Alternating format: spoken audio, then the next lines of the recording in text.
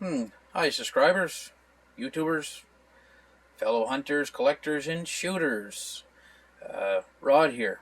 Just thought I would do another gun from my personal collection of side-by-side shotguns, which everybody knows I'm a great fan of, and I adore these things.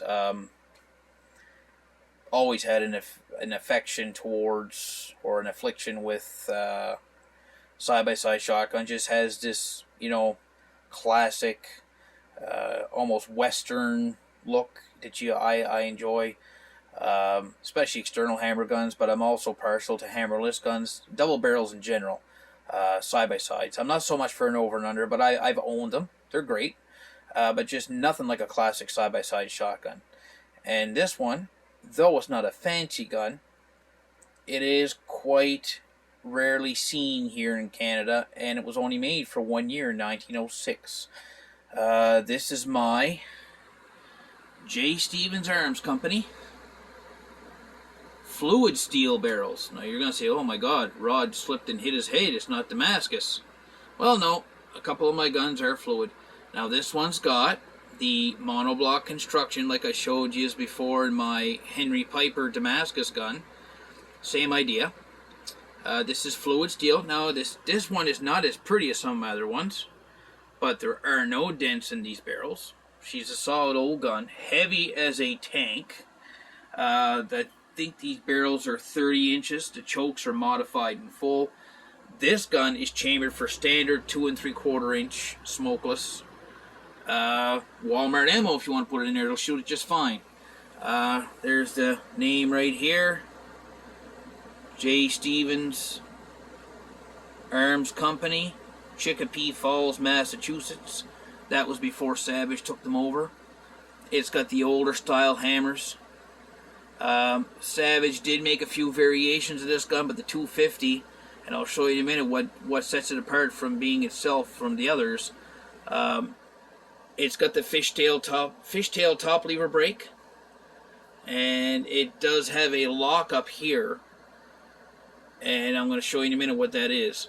But it's got the big fat tang on it, which was normal. And it's a pretty solid old gun.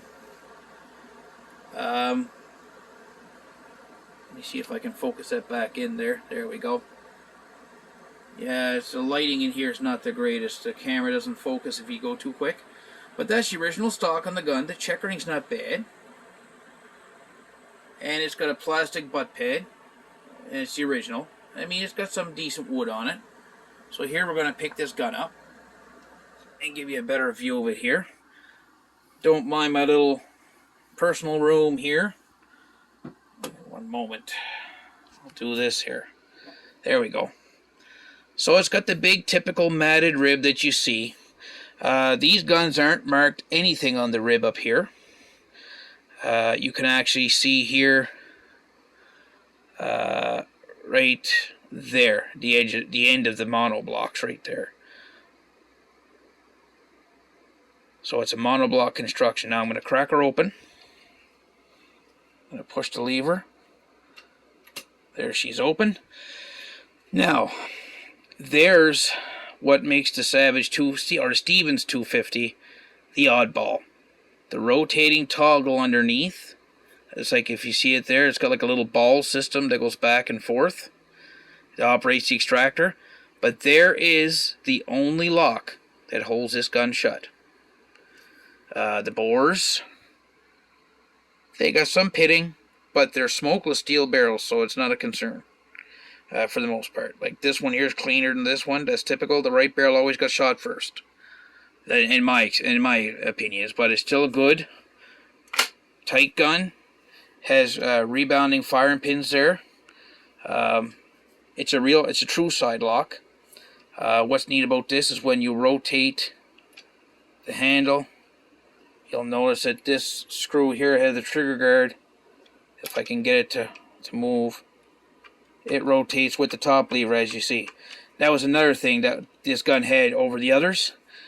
And there's the model right there, model 250. Overall not in bad shape. It's got the walnut forend on it. It's got some kind of like an old varnish somebody might have put on it at one time. but the checkering is still all there from the factory, and a typical mottled, the blue wings wore, faded off, whatever. But you don't see these very much, and online they talk about them. They say that they're in really hard shape usually. They weren't loved. They were just basically the U.S. version of a Belgian workhorse is how they were said to be.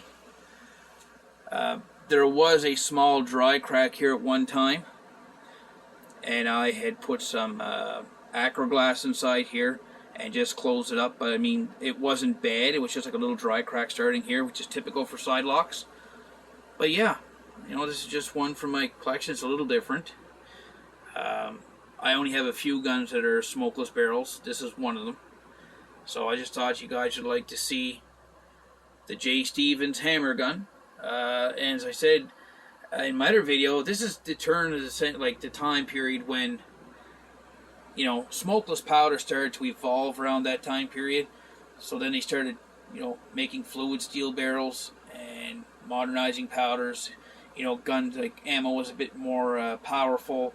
Guns were effective at longer ranges, and then Damascus barrels were sort of phased out by a lot of manufacturers.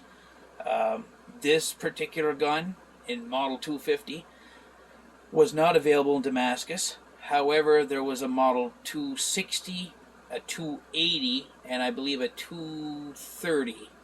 They were all hammer guns. The others were available in German Krupp steel or two-blade Damascus. Now, this one is just called high tensile ordnance steel.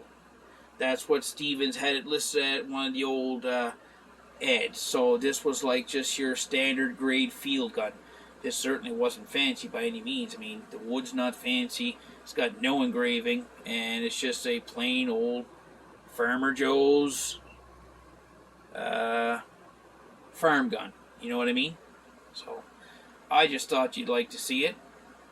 Just a nice old example of an American hammer double. And we're going to do some more videos with some more guns from my collection.